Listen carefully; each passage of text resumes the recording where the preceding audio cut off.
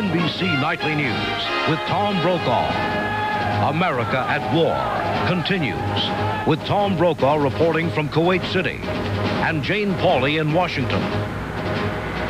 Good evening once again from Kuwait City, a city that is now celebrating its first full night of liberation. And for Kuwait and for the rest of the world, the light at the end of the tunnel appears to be burning very brightly tonight. President Bush is scheduled to address the American people at 9 tonight, and it does appear that the war is all but over, if it is not over completely. NBC's John Cochran is at the White House now with the latest details on what the president is likely to say. John? Tom, in an 8 to 10-minute address from the Oval Office tonight, the president will say that essentially the war is over, the Allied coalition has won. The president, however, will not be announcing a ceasefire because Iraq has not met all of those 12 United Nations resolutions. The president will express his concern that the Iraqis could still launch a Scud missile attack, and if that happens, certainly the Allied forces would retaliate. The president will also say that the pressure must continue to get Iraq to meet all of those UN resolutions, including reparations for Kuwait. Tom? John Cochran, you heard the Saudi ambassador to the United States tonight, Prince Bandar, talk about the possibility of Saddam Hussein being held responsible for war crimes. What does the president have in mind for once the war is over about Saddam Hussein? Well, the president would like the Kuwaitis to take the lead on this. After all, they're the people who suffered most, who suffered so terribly. So the feeling here at the White House is that for political and just practical reasons, it should be the Kuwaitis who would take the lead. George Bush will gladly see that Saddam Hussein is tried, but it will be in absentia, Tom. There's no planning here at the White House to go in and grab Saddam Hussein and bring him out to Kuwait City where you are. All right, John Cochran, we'll await the president's speech tonight at 9 Eastern Time. Today, General Norman Schwarzkopf said, of course, that the gate is closed. There is no escape for those Iraqi troops, which are just north of here. They have been fighting a pitched battle all day long. They lost at least 3 of their best divisions, probably more than that as the fight went on into the night. Fred Francis reported as well that many of the troops were seen now fleeing toward Iran. Here in Kuwait City tonight, it is a time of celebration, but also reflection for what they have been through in the last 7 months or so. Linda Bester for NBC News went to a neighborhood in this capital city tonight. This is the first night Kuwaitis have been able to socialize freely in the streets. Now these neighbors are telling horror stories. 24 hours they hit us.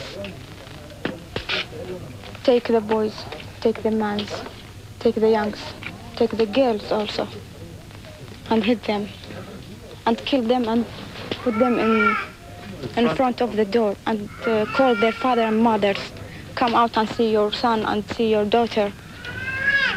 Mohammed Ramadan lost 2 male cousins. After 1 week, they bring him on the front door of the door, house, and shot him. His mother didn't know. The other one, they found the gun on his house. They put it in the ceiling, the house.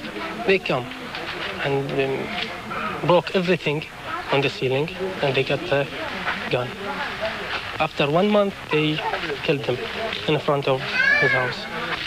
Kuwaitis feel betrayed not just by the Iraqis, but also by Palestinian collaborators here. The Palestinians, they were like a hyena.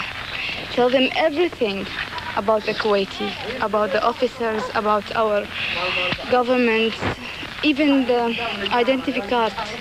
They know everything from them, from the Palestinian people. These are the stories that have started pouring out of Kuwaiti mouths now that they have a free voice again. Linda Vester for NBC News in Kuwait City. And NBC's Brad Willis was in the streets of the city all during the night and during the day as well. Brad, there are those continuing stories about atrocities that were committed against the Kuwaiti citizens. What did you hear today from the people that you talked to? Well, Tom, even while they were celebrating, they did pause and reflect about that. I had several men come up to me and tell me their daughters were raped by Iraqi forces, and then their daughters were shot right before their very eyes.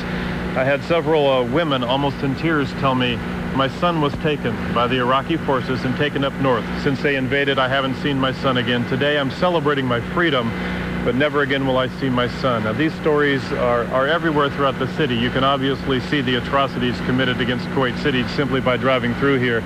As far as where the victims of these atrocities are, we have yet to see them, but the stories are everywhere and they're coming from the hearts of the people. And Jane Pauley raised the question as well earlier about the possibility of booby traps left behind by the Iraqi forces. Is that a concern here? That's a very deep concern. On the outskirts of the city, we have already seen some booby traps. We came through some areas that were heavily booby trapped. We heard a story of one Marine being caught in one 2 days ago and actually having lost his life in a booby trap. There's great concern that here in the city, they left behind many booby traps in some of the buildings that have been bombed and burned out. The forces are already going in certain sectors of the city, door to door, to check for that, to look for possible snipers and explosive traps that might have been left behind here. Those reports of the Iraqi troops taking hostages as they fled to the north, much to that? Well, the people say they did. Again, Kuwaiti citizens that I spoke with said some of their family members were taken by the Iraqi forces to the north, and they say also that all of their belongings and possessions were plundered, and they have very little, that from the very beginning, their people and their possessions were taken north. All right, thank you very much, Brad Willis, who's here with us in Kuwait City. I'll tell you as well, just beyond us in the darkness, there is a cosmopolitan and very sophisticated city. It has no power tonight whatsoever. We'll be back in a moment, and Jane Pauley will be reporting more from New York.